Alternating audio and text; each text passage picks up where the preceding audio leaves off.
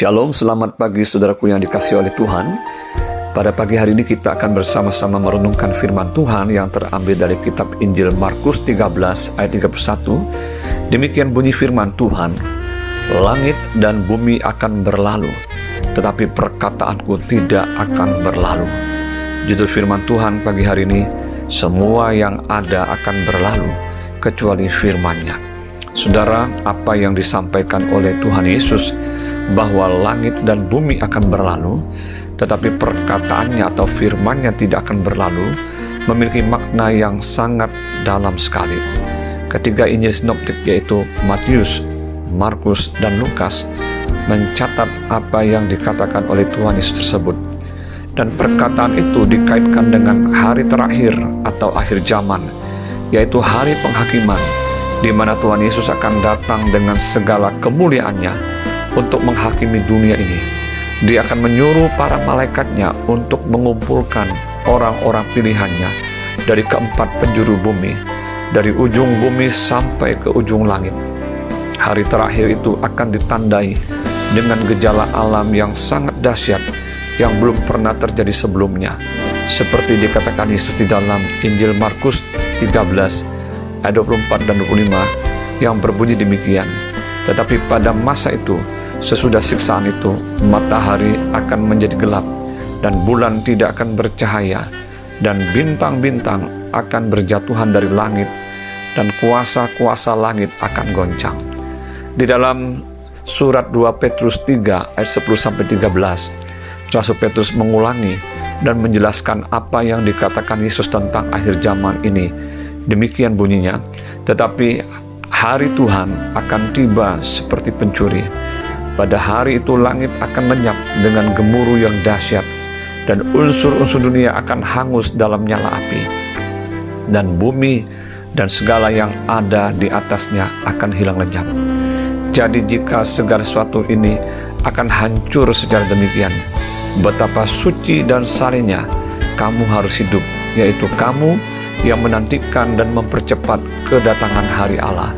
Pada hari itu langit akan binasa dalam api, dan unsur-unsur dunia akan hancur karena nyalanya. Tetapi sesuai dengan janjinya, kita menantikan langit yang baru dan bumi yang baru, di mana terdapat kebenaran. Melalui perkataan Tuhan Yesus ini, setiap kita sebagai orang percaya harus menyadari bahwa tidak ada yang kekal di dalam dunia ini, karena langit dan bumi yang kita tinggali saat ini akan hilang lenyap, dan kita menantikan langit dan bumi yang baru. Oleh sebab itu, ada beberapa hal yang harus kita lakukan dalam mempersiapkan diri kita menyambut hari tersebut, yaitu yang pertama, kita tidak boleh hanyut dan tenggelam ke dalam kenikmatan dan kesenangan duniawi yang sifatnya sementara ini.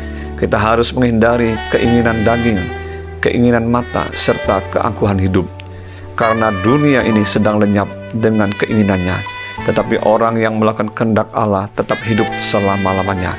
Kita harus berjaga-jaga, sadar, berjaga-jaga dan berdoa, sebab kita tidak tahu saat dan waktunya tiba. Yang kedua, kita tidak boleh menggantungkan hidup kita kepada harta benda duniawi yang sifatnya sementara. Semuanya itu semu dan tidak dapat menjamin hidup kita, seperti yang dikatakan di dalam Amsal pasal yang ke-11 ayat 4 yang berbunyi demikian, "Pada hari kemurkaan harta tidak berguna, tetapi kebenaran melepaskan orang dari maut." Yang ketiga, kita harus hidup di dalam kesalehan, yaitu menjadi orang-orang yang melakukan kehendak Bapa di surga. Karena bukan setiap orang yang berseru, "Tuhan, Tuhan," yang akan masuk ke dalam kerajaan surga, melainkan dia yang melakukan kehendak Bapa di surga. Yang keempat, tetap tinggal di dalam firman-Nya, karena firman-Nya kekal abadi. Bila kita mengerti bahwa hanya firman Tuhan yang kekal abadi, maka kita harus tetap tinggal di dalam firman-Nya dan terus berjalan di dalam kebenarannya. Seperti yang dikatakan oleh Nabi Yesaya dalam Yesaya 59 ayat 21 yang berbunyi demikian, "Adapun aku, ini perjanjianku dengan mereka, firman Tuhan, Rohku yang menghinggapi engkau, dan firman-Ku yang Kutaruh dalam mulutmu tidak akan meninggalkan mulutmu dan mulut keturunanmu dan mulut keturunan mereka dari sekarang sampai selama-lamanya. Firman Tuhan. Amin. Selamat beraktivitas. Tuhan Yesus memberkati. Shalom.